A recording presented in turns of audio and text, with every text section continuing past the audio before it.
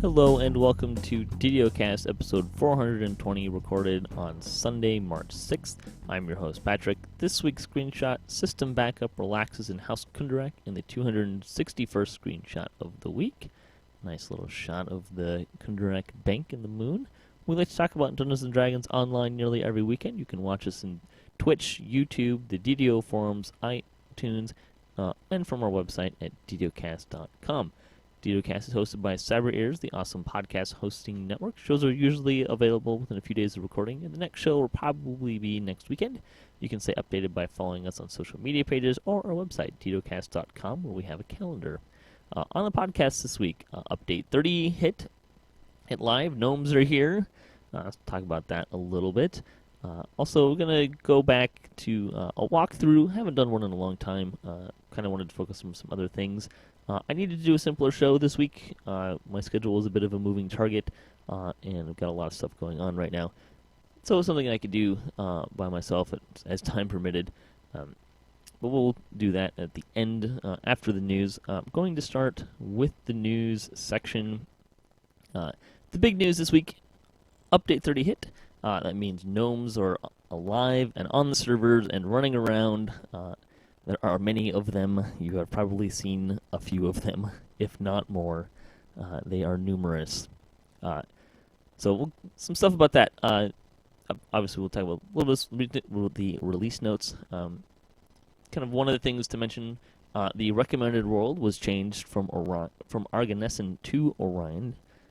So new players looking for a server, the recommendation will now be Orion. That usually moves around. It's a kind of a moving target for them. The long-supported in-game browser has been removed with Update 30, so they could deal with the so much awesomonium issues. The browser was initially built to accommodate MyDDO, which, of course, they don't have anymore. We got rid of that a long while back. So the release notes, kind of go through them fairly quickly. Talked about some of them while they were on Lemania. There's a new anniversary dungeon. It's kind of more of a challenge. It's available from level 1 to 30. You can get some fun stuff out of that. You get to fight the devs. I think possibly every single dev that's ever worked on DDO has a cameo of some kind. There's a lot of names that you can recognize in there from a number of different devs and eras of dev work. So it's a fun little dungeon, fun little challenge. Not hard, not too long, but kind of enjoyable. A lot of little tongue-in-cheek stuff in there. Gnomes have arrived, of course. They are free to VIPs and available in the DDO store. You can be a regular gnome, which gets +2 to intelligence and -2 to strength. Or you can be an iconic deep gnome, which gets +2 intelligence, +2 wisdom, -2 strength, and I believe -2 charisma. It's also free for VIPs. Let's see. Kenneth crafting new randomly generated loot from Update 29 can now be deconstructed properly. Mostly. There were some reports of some things not quite working right with deconstruction. Specifically, I think around the which we're removing the prefix or the suffix. One of them was giving platinum, one of them wasn't, I believe was the issue. Arcane Archer now has a new Tier 5 ability called Final Strike, which deals an area of effect damage on hit and deals additional damage to injured enemies based on the hit point total of the enemy. There's a little bit more information on that. It had a bug. Mostly has been fixed, I believe, with the hotfix. Final Strike does a little bit of vulnerability. It works the same as other vulnerability effects, which is why it has the short duration that it does, which some people were kind of upset about. There's reasons they could. That it's just kind of an additional benefit, not necessarily meant to stack high on its own. But if you're using other vulnerability stuff, it can help with that as well.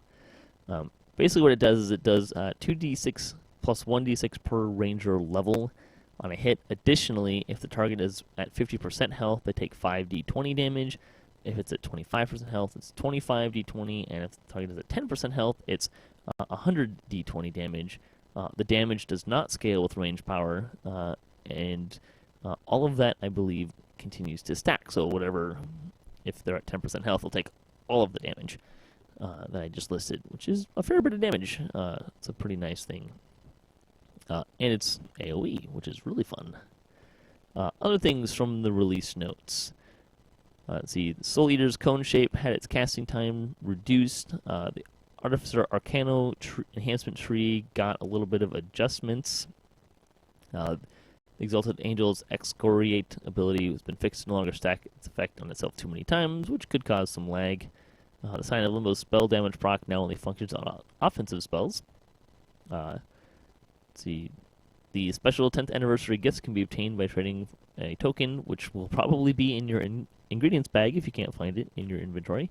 In House Farlin, you can go to House Fjarlin, buy the Party Crashers quest. You'll probably see a pile of people there, and a Djinn, amongst other people. See, you can get that through March. They haven't really said when the event's going to end, but they have said it will be here through March. Chests will now glow blue for the entire party when a character gets a particularly lucky loot roll when initially interacting with the chest. Mostly what that is they wanted to give some sort of feedback for when your loot boosts are working. There isn't really one in the game right now. They wanted to give feedback to say, hey, this thing that you bought, it's having an effect. Demonic enhancement potions have reappeared beyond lesser. Maximum possible bonus loot level to a chest has been lifted. Players now see chests at the appropriate adjusted loot level regardless of their character level. The Magma Fiendling creature companion is no longer bound to account and is now unbound and has returned. Vacuum legendary green still no longer applies vulnerable to allies. Let's see. Other fun stuff. Broccoli juice and bacon have been added to taverns, so you can get that now. Treasure Hunter elixirs are now functioning properly and are in the store. And Jewels of Fortune had their corrective descriptive text. And Night Revel's ingredients are now removed from players' inventories, now that they have become stale, which was about 3 months longer than promised, so that's pretty nice. Other fun stuff. The Ghost of Perdition's Wheat Brothers now have high health on Epic Elite difficulty, which is a bit of a bummer. They used to be pushovers on Elite. And other fun stuff. The Founder's Fountain has returned. There's now a question mark in challenge UI panels that will tell you the rules of the challenge. Perhaps the best release note ever. Party member voice volume can now be adjusted individually on a slider when in a party. Really nice. It does make the UI a little bigger, which meant that I had to readjust some of my screen UIs and stuff, but it's well worth it. And as mentioned before, players should now see fewer Osmonian prices in their computer's task manager when running the DDO client.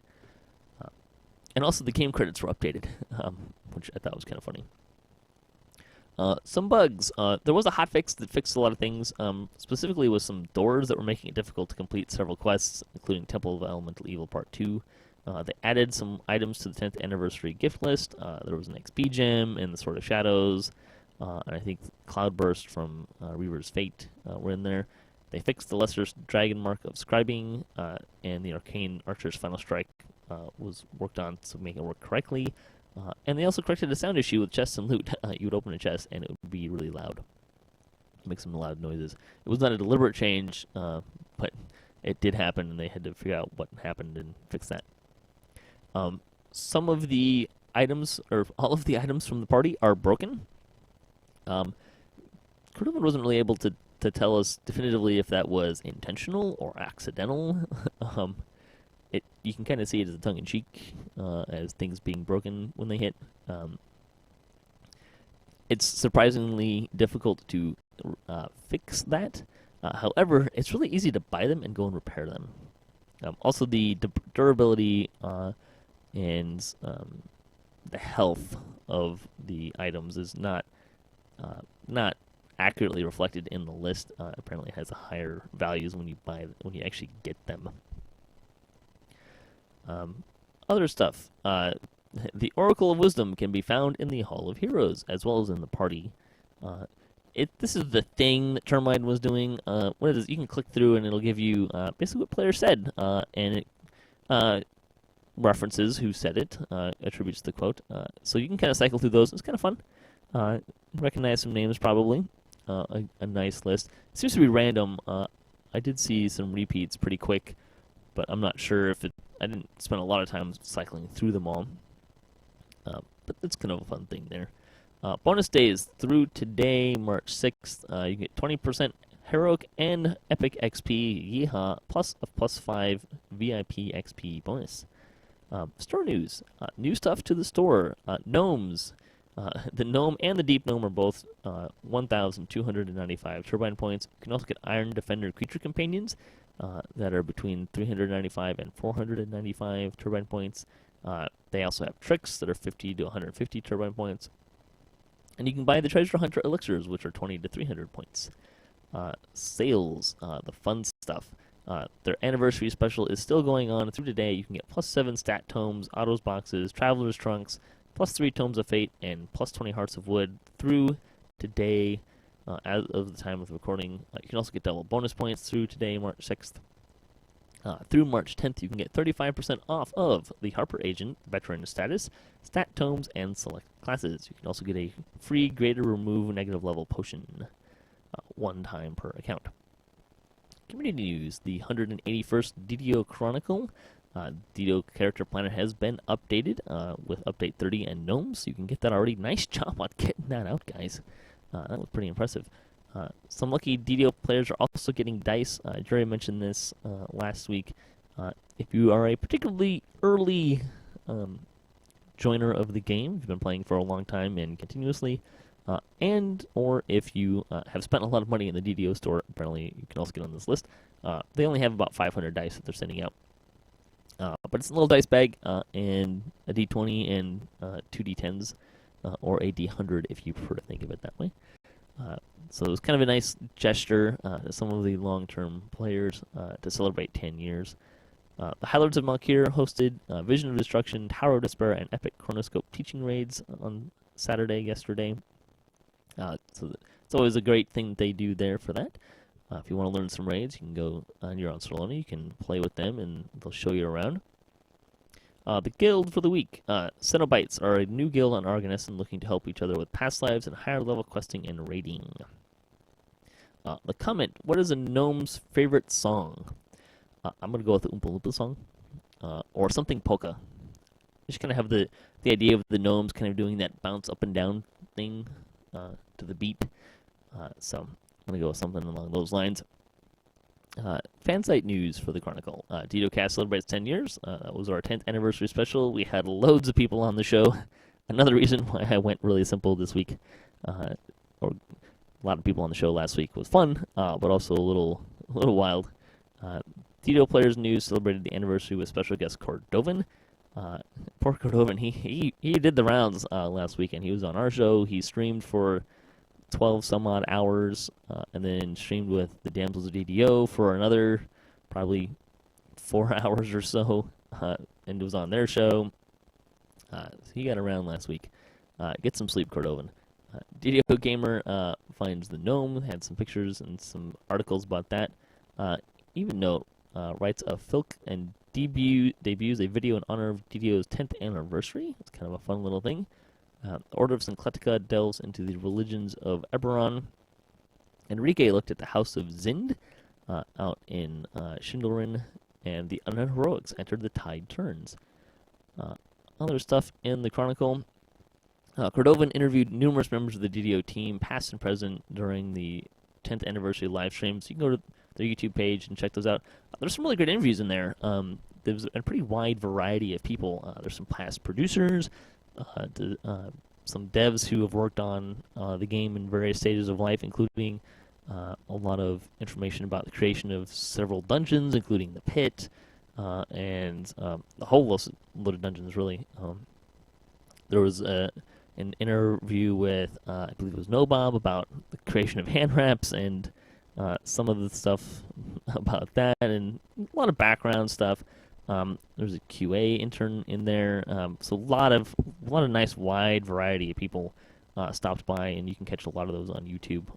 Really fun to listen to, and it's a nice little history of the game as well. Also in the Chronicle, DDO was named the best online fantasy game by MMO Games. So this was the thing we've been pushing the last couple weeks. we won handily. We had over 4,000 votes, and the next highest didn't even make it to 3,000. So nicely done. Way to show up, community. Our community is awesome, and totally push that. So it was a nice little thing for us, I thought. Some other stuff going on in the community, some DDO videos. Voodoo, Ginger Spice, had 2 videos on the 10th anniversary free gifts, kind of going through the list and saying what you should take, what maybe you shouldn't take. It was a really great video. A lot of great points about it. Kind of his main point was take the Quiver of Alacrity if you don't have it. 'Cause it's a hard item to get. It's really nice for TRing and stuff like that. But he also talked about the other items and pointed some out that are really good. And pointed out where you can find them too and how easy they are to get if you're a newer player. Certain items like the Voice of the Master, Man of the World Shaper, the Hellfire Cross, but those are all actually really easy items to get if you know where to find them. And if you own the content, which maybe you don't. But there's other ways around that as well. DDO Players News interviewed Robert Adducci of D&D Adventure League. It was kind of a fun little listen. They also had their 74th episode. The Shitty Rogues were in Stardust Isle all week with some hilarious results. They had a lot of fun trying to find their way to the quests at different times, and great banter as always. Some blogs for the week. The Order of Syncletica had a happy birthday DDO blog. DDO Gamer, so there's no place like Gnome, and also had 3 different builds. I'm going to highlight the First Life Eldritch Knight build of Gnomes. That was by Jeff as well. Let's see, Count Babcula, also on DDO Gamer, had the Evil List of Gnomes build as well. Even Note had an article, another 10 years of DDO. It was a song about, it was kind of a 10-year celebration song about DDO to a known tune. The Damsels had the 36th episode as well with Jerry. And stuff in the webs as well. Of course, there's the character planner that got updated. Also, if you want to see the devs have a little bit of trolling of themselves included, there was a forum thread on oatmeal cookie hate if you don't know about the anniversary party dungeon, some of the rewards you can get are cookies, and one of them is the oatmeal raisin cookie, which gives you like a -1 constitution, kind of playing off the theme that oatmeal cookies look like chocolate chip cookies but are disappointingly not. So kind of a fun little thing there. DDOcast news. So DDOcast Splat is still going on. March is going to be kind of a weird month for DDOcast and DDOcast Splat. I've got a lot going on. It's not going to be our normal routine. I'm going to leave it at that. There's going to be some surprises. Stay updated on social media. That's where you can find some of the latest updates on that. But there will be DDOcast Splat. DDOcast will be continuing. It just won't be your normal routine. There'll be some different stuff going on, some more recorded shows, and some fun stuff going on as well. Let's see. And that's kind of going to wrap up this portion of the show. If you are interested, stay tuned. Maybe you probably want to watch the next section on YouTube, but what's going to happen is I'm going to do a walkthrough of Spies in the House solo, so you can kind of see how to do that solo and kind of see all the different parts of it for those who want to know how to do that dungeon. So I'm going to close out the show. Thanks for listening. Special thanks to all the contributors for DDOcast. I couldn't do it without all the fine folks that helped me with the show. Thanks to Turbine and Wizards and Cyber Ears as well. You can hit us up at DDOcast.com for show notes, MP3s, our calendar, previous shows, swag, and other fun stuff. If you'd like to be a part of the show, or if you have a comment on this episode or any episode really, what you can do is just leave a comment in the comment section on any of those shows where you might find them. Or you can email us at ddocast@gmail.com. You can also find us on social media and follow us for the latest cast updates. So until next time, may all your attack rolls be crits, all your chests level appropriate, have fun, and don't forget to check out the 10th anniversary special dungeon.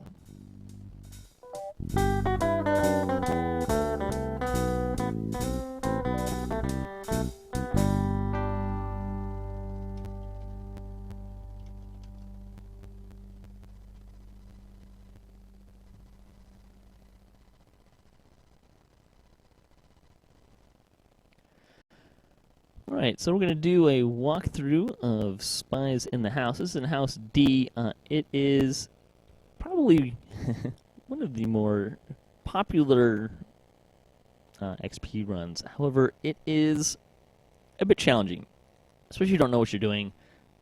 There's a lot of jumping involved, a lot of it's a Mario quest. That's just a good way of putting it. I'm going to do this on normal. I'm not trying to show off or anything. I'm just trying to kind of get through the quest and show you how to do it. Some things to keep in mind. So you can invis through a lot of this, and I'm kind of going to at some points, but I'll mention where you can and how far you can get. I will be doing the traps as well and pointing out some other things along the way. Some things you're definitely going to want. You're going to want Featherfall. You're going to want buffs to jump as well. And at various times, you're going to need some resistances and also death block at a point in time. So I'm just going to... This quest starts out pretty easy. There's a nice little long shaft here. You can take off your Featherfall. This is also a place where you can invis. There's a lever head that we have to pull, but you can invis it and run past the mobs and just pull the lever and then keep running. I would take off my invis, but my Featherfall, but there's some stuff on my Featherfall items that make it kind of weird to do that. I need to fix that so I can do that. But in any case, it's not that long. The first step is there's going to be a lever up here. You can backspace select it if you're invis and get through these guys a little faster. I'm just going to go ahead and kill them. They do it pretty quick with an energy burst. This lever opens a door up ahead. I am going to invis to some of the next part.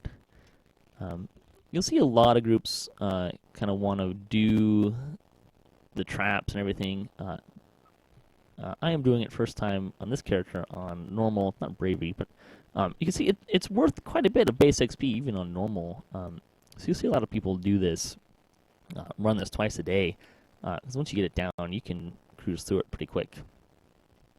There's going to be some traps here. They're not too difficult. The DCs and stuff aren't overly high or anything.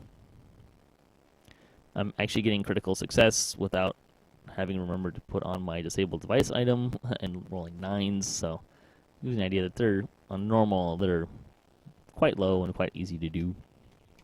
Just about knowing where they are and finding them. The traps themselves aren't dangerous either, so if you don't have trapping skills in your party, I wouldn't worry too much about it. There's one that's kind of tricky and can hurt if you're doing it on higher difficulties, and I'll point that out here in a minute.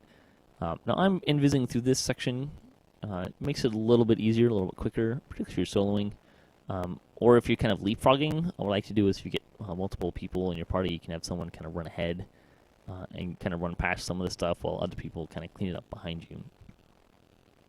It's going to be an effective way to shorten the time in here. Now, over in this direction, you can still see this spike trap going on, and there's this water element. There's actually a trap over there. I'm going to skip it. You don't actually have to do every single trap to get the bonus. And because I'm invisible and I don't want to deal with those mobs, I'm kind of trying to show multiple things at once, how you can kind of invis past some of this stuff. I'm going to leave those guys alone. But there is a trap box over in that corner. So you can see I'm kind of jumping up this little kind of strange path here. And this is where it gets a little bit Mario. You got to jump on these pipes. This air jet here that almost got me, it's actually a little bit random on where that's going to be and which direction it's going to fire at you. There's a couple different ways and directions it can shoot. So just kind of be aware of that. We got to run over to this wheel over here. And this wheel has multiple selections. We're going to turn it so that the orange dot is second on the right. And what that's going to do is over in that corner, it's going to turn on some jets. And we need one of those to help us get to the next section. Be careful of that jet there. This is where jump can really come in handy, getting up these little spots here. So this is where these all correspond to the wheel in the corner. And you can see the orange one matches.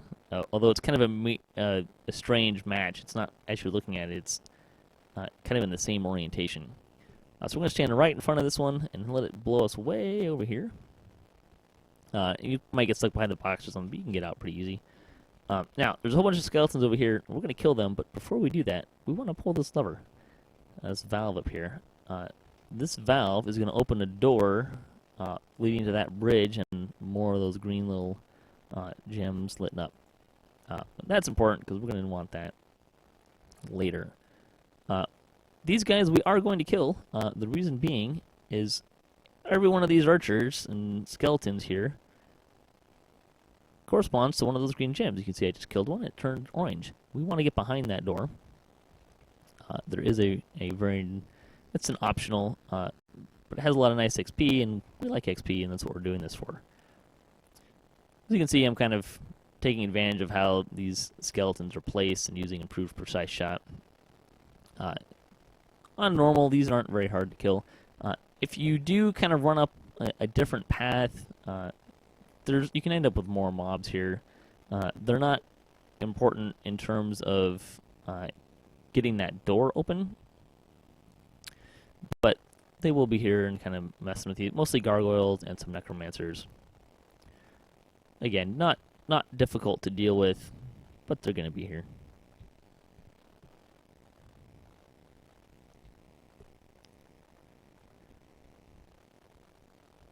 You see there's water elemental there. That's kind of why I had the cold resist on, because they can get a little... They can hurt a little bit more on elite. This lever here is going to open that door over the great gate that was over here. That's an important one. That's also why you need to pull the lever that we pulled before fighting those skeletons. Here is one of the prisoners. There's 4 hidden throughout the dungeon. You're going to want to put your voice on for these, if you can remember to, because you can see that they're worth a fair bit. There, I got 3,000 XP, 3,600 XP out of just that one. And when you get them all, there's another 6,000 almost. Okay, so this is the trap that, or the area of the trap that can be a little painful. If you don't have a trapper, you're going to want to electric resist. I'll show you this trap here.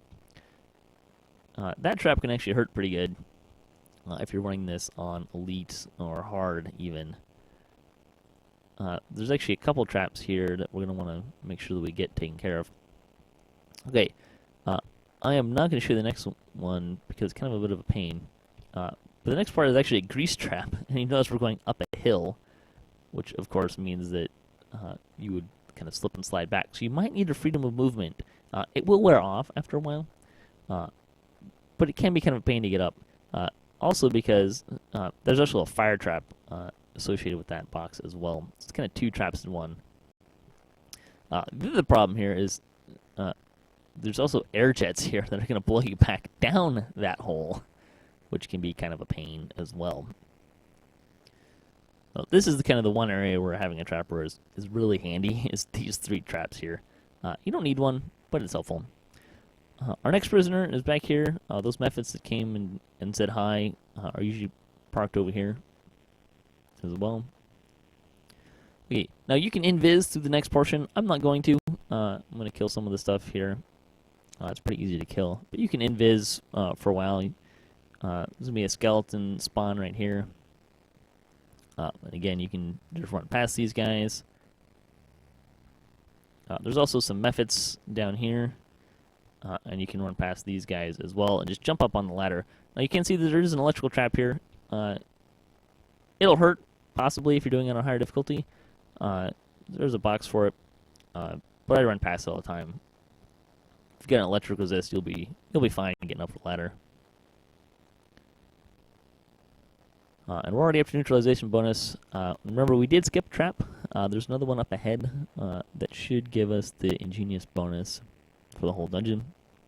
Alright, but climb this ladder, and it's really easy to just keep going ahead like you would think of doing normally, but we need to turn around.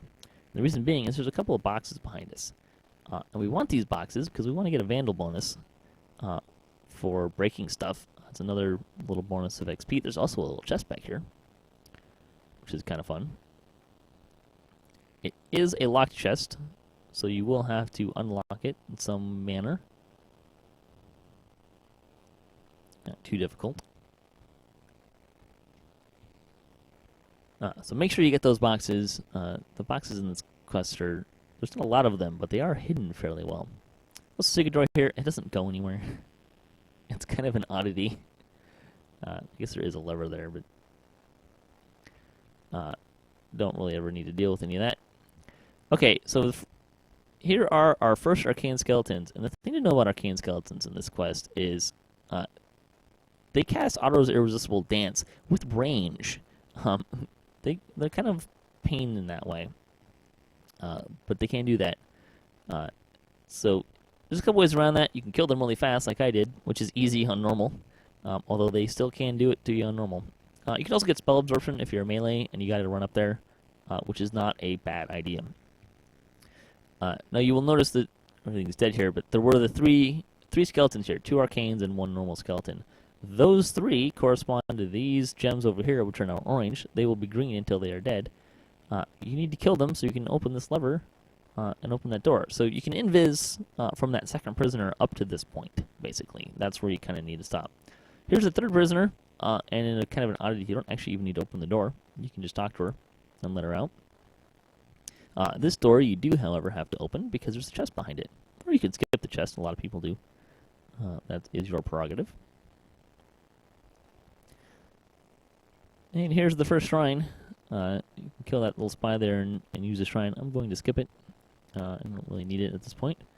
Now, the next part is going to be a little tricky. Now, I like to invis past some of this. I'm going to end up killing pretty much everything here, but it's nice to just kind of get around this electrical floor here. Now, you're going to run into this floor a couple of times. It's not going to hurt too much on normal. On hard and elite, it can really start to get you. The reason I like to go invis here, even though I'm going to kill most of the stuff, is there's a bunch of archers around. And I just don't necessarily want to deal with them at the same time. Now we're going to go up over here. If you're on hard elite, take the long way around. There's a bunch of water elementals. They will come up to the top here, but there's a ladder. We're going to go up here. The first thing to note is you should probably put Deathblock on at this point. You notice it's Disciple of Shadows. Now I'd like to have a little bit of a kill order here, because this guy will heal stuff. If you're running this on elite, he can be a little bit of a pain. He can also command you. So we'll get rid of him. Now normal, you don't necessarily need to do all this stuff. You can just run all the way up there and kill the necromancer in there. The next thing I like to do is come past this. Maybe some water elementals coming up. You notice this arcane skeleton over here. I don't like being danced, particularly when there's a lot of other things trying to kill me. So I get rid of him. And just don't have to worry about him while you're fighting the necromancer all at the same time. You can also kind of come up this backdoor ramp here where these water elementals are coming up from. That's also an option as well. Also, so there's 2 boxes over there. If you can just range them. If you don't have range, you can get to there after the door that's going to open here in a minute. So don't feel like you need to have a range. But if you don't have a ranged, get a ranged weapon. It's kind of handy for stuff like that. Alright, here's the necromancer. You got to kill this guy. He will cast Finger of Death, so just kind of be aware of that. You don't want to get caught off guard there. He's killed me a few times because I lazily forgot. And it's embarrassing and a bit of a pain. Once he's dead, this door's going to open. There's going to be a whole bunch of guys here waiting to kill you. They're not too tough. But we want to make sure that they die.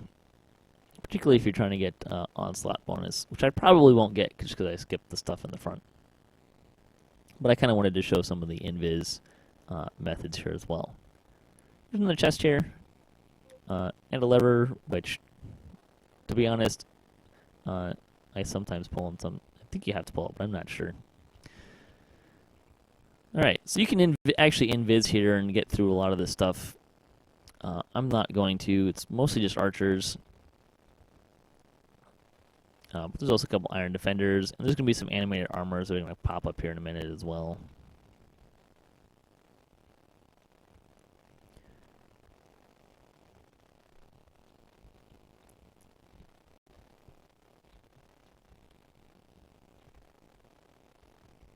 And you can see that the archers over there are shooting at me again. You can actually walk from this side, walk around the ramp here, and get to them no problem. Which will also take you to those boxes that I ranged earlier.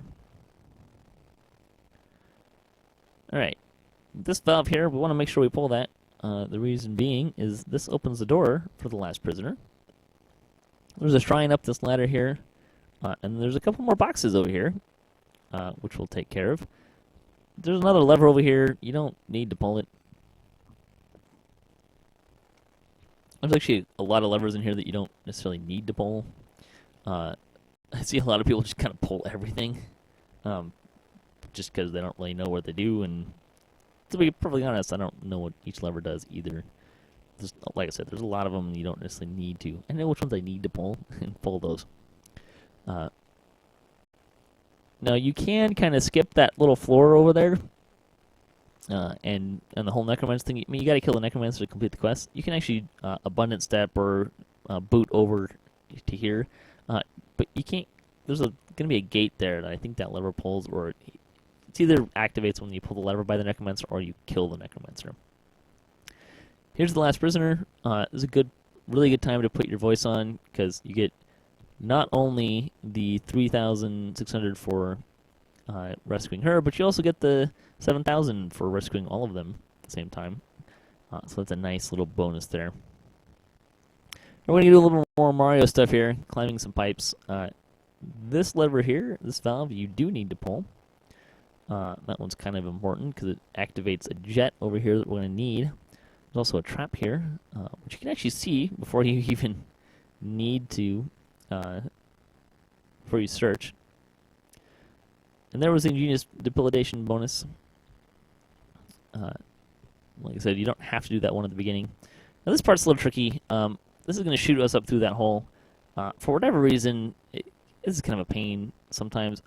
I find that if I'm facing towards the east and jump on this air jet, it kind of tends to work the best for getting up here. There's going to be another electric floor, which again on Elite will really hurt. You'll get hit pretty hard for that. And up here, you can see the little cold jets. Those will do cold damage to you. There's also a fire elemental. Now, there's going to be 4 fire elementals that we have to kill. On hard, there's going to be 2 here at the same time. On normal, they just come one at a time. Hard, they come 2 at a time. On Elite, they're all going to be here, and there's going to be an air elemental that's going to throw you around. So it can be kind of a trick, particularly since you're right above an electric floor that on Elite does something like 100 damage a pop when you get hit by that thing. And this is a low-level epic quest. A lot of people run this at level 20. They'll run at 20 to level 30. So that electric floor can hurt a little bit. So make sure you have electric resist before you kind of dance around up here. Now, I'm going to show you the order that I pull these in. And the thing that's weird here is every time you pull one of these levers, you get a different combination of these jets. Now, this one can be a little tricky because you have to find a spot where you're not getting hit by it, or you can evade them, but you just stand right on top of the jet. It's not a problem. Then you pull the lever over here, and what this does is activates a door over here. You can see that there's the 3 orange gems there. After you kill the elementals, you get this air jet, but those levers open this door that's up above me. Now you can invis through this section as well, and you can go pretty much all the way to the gargoyle puzzle at the end that I'll show you in a minute. I'm going to just go ahead and kill some of these guys since I've got some bursty stuff. I'm on normal and not too difficult to do. This is another section where there's some boxes, so if you are doing invis, it can be a little tricky to get these boxes and deal with the water elementals that are going to be shooting you. Cold resist is a really good thing to have here. You can also just pass some cold methods and a water elemental above the electric floor. And there's going to be some more water elementals here. And Elite, these frost lances can pop you pretty good. So just kind of be generally aware of that. We'll come over here and get these boxes. You can range them from far away as well. There's another shrine here. There are also going to be a pair of spies hiding around. You notice I'm getting another danger sense.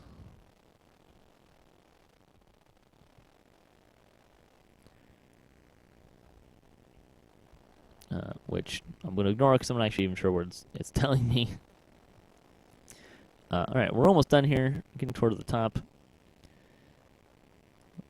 And again, you can do all of this part invis and run past all these animated armors. Yeah, they will follow you. There's ramps and everything. Now you can keep going and pull the levers that are going to be up ahead here. I like to kill that little arcane skeleton. Again, getting danced while you're trailing a whole bunch of armors is not so fun.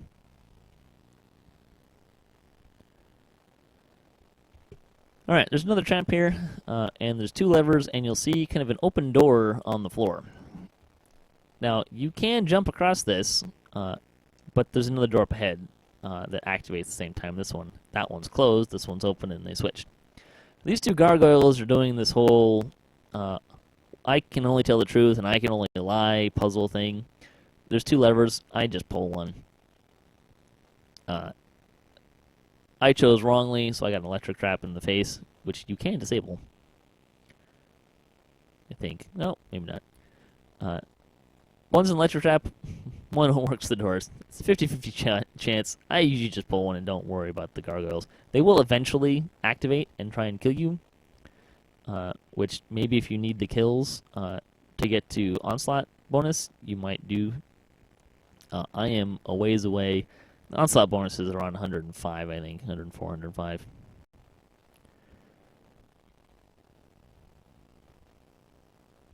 And this is the end of the quest. Now, I'm going to note here, you'll see this section kind of at the end. Don't just go blithely running down that hallway. You will end the quest. And we don't have the Vandal bonus yet, which is easily achievable. There's a couple of boxes here. Grab this chest while I'm in the area. And here's kind of the big trick for a little bit of free XP. We're going to stay to the left. We're going to kind of peek our head around the corner here. And here's 2 boxes at the end. Now if you are melee and you go up to melee them, you will complete the quest. You will not get them. And apparently I missed a box somewhere. You want to make sure you hit those 2 so you can get the Vandal bonus. I'm not sure where the box is that I missed. I think I'm 1 short. I probably missed one when I was cruising through some other stuff. Anyway, but make sure you do break those before you finish the quest so you can get that Vandal bonus. You can actually shoot them with a fireball through the gate on the other side as well. And then once you get to about right there, the quest completes. And there you go. That's how you complete Spies in the House. See the path that I used in the jumping. This door here will take you to the harbor. Now, if you are running past a whole bunch of stuff and you don't want to kill it or have D-door, you can just take that. It doesn't put you next to the quest giver of those, so you have to put you out by Waterworks, which is not necessarily where you want to end up. There you go. That is Spies in the House. Hope you enjoyed that. Thanks for watching DDOCast, and we'll see you again next week.